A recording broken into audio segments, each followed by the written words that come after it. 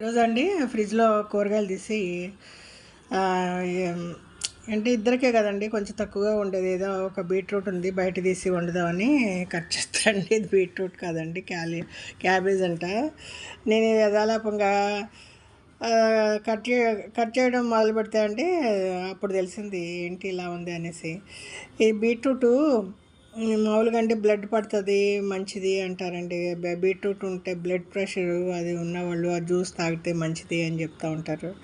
నేను మామూలుగా అయితే అండి బీట్రూట్ని ఆవిరిలో అన్నా లేదంటే కొంచెం కుక్కర్లో నీళ్ళు వేసి ఉడికిచ్చేసి తాలింపు చేస్తూ ఉంటాను. సాఫ్ట్గా ఉంటుంది. ఆ నీళ్ళు తాగడం లేదంటే మన తలకేసుకునే డైలో యూజ్ చేయడం అలా చేస్తూ ఉంటాను. నేను సరే ఈరోజు బీట్రూట్ ఉడికేసి ఆ నీళ్ళు తీసుకుందాం, ఫ్రిడ్జ్లో పెడితే ఎప్పుడన్నా తలకి హెన్న ఏమైనా వేసుకున్నప్పుడు ఉపయోగపడుతుంది అనుకున్నా అండి. కానీ చూస్తే ఇది చిన్న సైజు కూడా చిన్నగా ఉంది.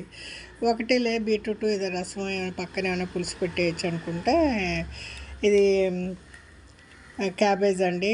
ఇలాంటివి ఇది మా చిన్నప్పుడు ఏం చూడలేదండి. ఎప్పుడు గ్రీన్‌గా ఉంటది క్యాబేజ్ అంటే పొరలు ఊటీలో ఉండేది. మా చాగల్లో కూడా నేను ఎప్పుడు చూసిన గుర్తులేదు. చిన్నప్పుడు ఇవి దొరికేవి కదండీ! ఇవన్నీ ఇంగ్లీష్ కూరలు అనేవాళ్ళు. క్యారెట్టు, బంగాళదుంప,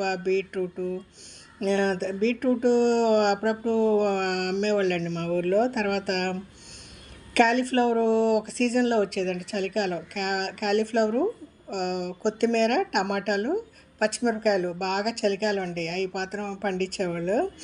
క్యాబేజీ అన్నీ ఊటీ అండి. అక్కడ మేము ఒకసారి ఒక 35, 40 ఇయర్స్ వెళ్ళినప్పుడండి అక్కడ లారీలు 1 కిలో క్యాబేజీ 10 పైసలు, 15 పైసలు అంటున్నారండి. ఓ మూటగా కొంటే రూ. 5, 10 అంటున్నారు. మేమేదో టూర్‌కెళ్ళి ఇవన్నీ అక్కడ ఎత్తుకొస్తాం అనుకున్నాం. కానండి పండే చోట ఎవరు తినరు. దాని వాల్యూ చాలా తక్కువ. కానీ అది బయటకొచ్చి ట్రాన్స్‌పోర్టు, మార్కెటింగు, హోల్‌సేల్, రిటైల్ మన దగ్గరకొచ్చేసరికి దానికి కిలో రూ. 50 పడిపోతుంది.